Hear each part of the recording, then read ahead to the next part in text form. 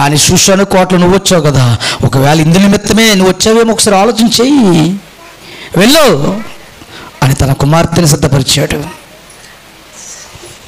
వీళ్ళు అడుగు, నువ్వు రాజుల్లో రాణివిగా ఉండడానికి కాదు అందులోకి వచ్చింది, నీ జనులకు మరణశిక్ష అమలు చేసేశారు, ఆ శిక్ష తప్పించు, దానికోసం చావడానికైనా సిద్ధపడు. షూషాను కోటలోకి రాణిగా వెళ్ళింది, తన జనులను కాపాడుకుంది ఎస్తేరు. దేవుని మందిరంలోను వచ్చావు, రాణిగా వచ్చావు, దేవుని మందిరంలో ఒక వధువుగా అడుగు పెట్టావు. నువ్వు ఏది నీ జనులను కాపాడుకుంటున్నావా? నీ భర్తను కాపాడుకుంటున్నావా?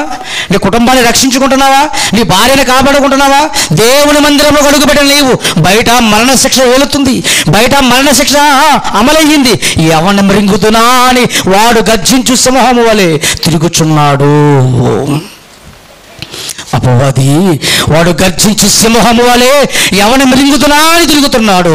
కోటలోకి వచ్చావు కదా, మందిరంలోకి వచ్చావు కదా, నీ జనుల కోసం ఆలోచన ఏది?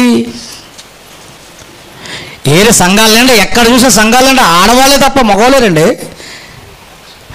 ఎక్కడ చూసినా ఆడవాళ్ళే, మరి మగవాళ్ళు పిల్లలు ఏరి.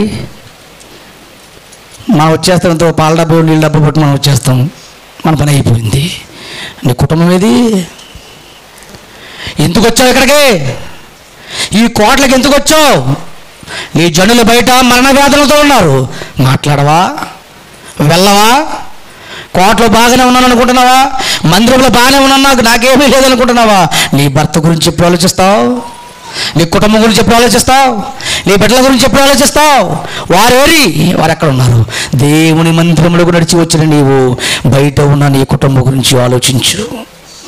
దేవుని మందిరానికి కానకుండా పోతున్న నీ కుటుంబం గురించి ఆలోచించు, రోధించు, ప్రార్థించు. దయ చూపేవాడు నీ దేవుడు. ఆనాడు ఎస్తేరు పట్ల దయ చూపిన అహష్వేరోషు, ఈనాడు దేవుని మందిరంలో అడుగుపెట్టిన నీ పట్ల కూడా దయ చూపుతాడు నీ దేవుడు. అడుగు, నోరు తెరిచి అడుగు. తన జాతినే కాపాడుకుందండి ఎస్తేరు, తన జాతినే కాపాడుకుంది.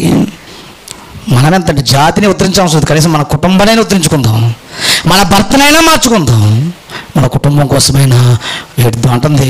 నేను నశించిపోయినా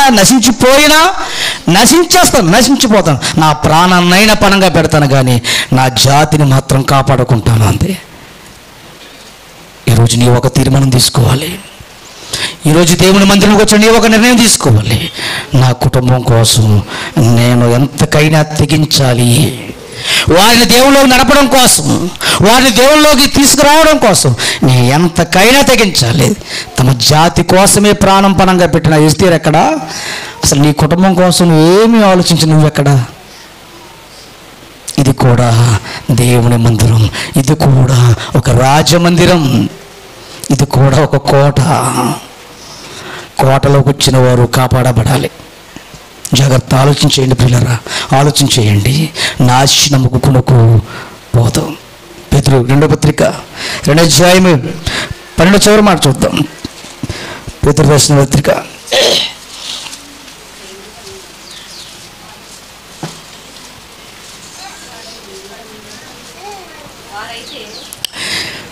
2వ పత్రిక 2వ అధ్యాయం 12వ వచనంలో 2వ మాట,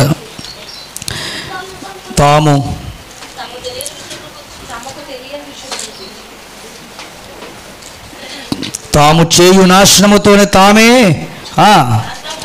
పేతురు రాసిన 2వ పత్రిక 2వ అధ్యాయం 12వ వచనంలో చివరి మాట, తాము చేయు నాశనముతోనే తామే నాశనము పొందుదురు.